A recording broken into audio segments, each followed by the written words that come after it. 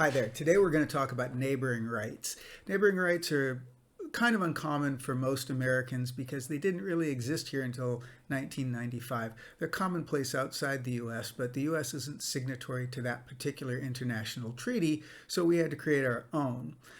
We created SoundExchange. You've probably heard of that. You can check other videos to hear more about SoundExchange.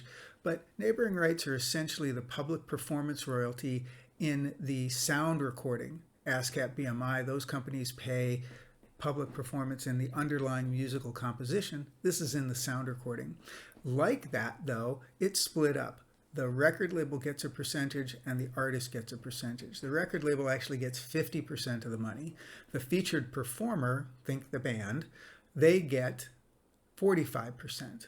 The other 5% goes to the so-called non-featured performers like background singers, a hand drummer, those kind of people. It's a little complicated to collect that money. It's administered by an entity called the AFM and SAG-AFTRA Intellectual Property Rights Distribution Fund.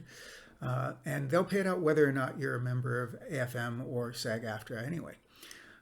What about the producer, though? Producer helps create the music, right? So they should be getting paid some of that.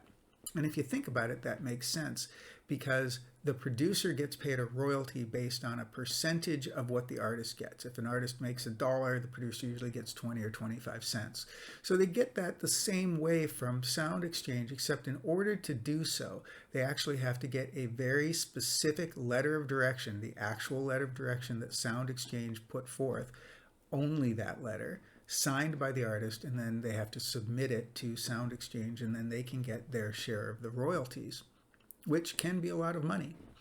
The other thing that a producer can do in order to get paid outside the US, because while SoundExchange can collect neighboring rights money for the featured performer around the world, they can't do it for the producer. The only way for the producer to do that is to actually hire a company. There's companies all over the world that'll do this for them to go out and collect their share. But to get their share, they have to be one of the non-featured performers. And the way they do that is by being credited. You have to, as a producer, be credited for playing something. Play the keyboards, play guitar. Usually drum programming will count. So make sure that you're actually credited in the liner notes. That's the only way to get it. Little side note that's kind of fun. Some of you might have heard of the MLC, the Mechanical Licensing Collective, which was created by legislation last year, went into being January 1st of this year, and it pays out streaming mechanical royalties.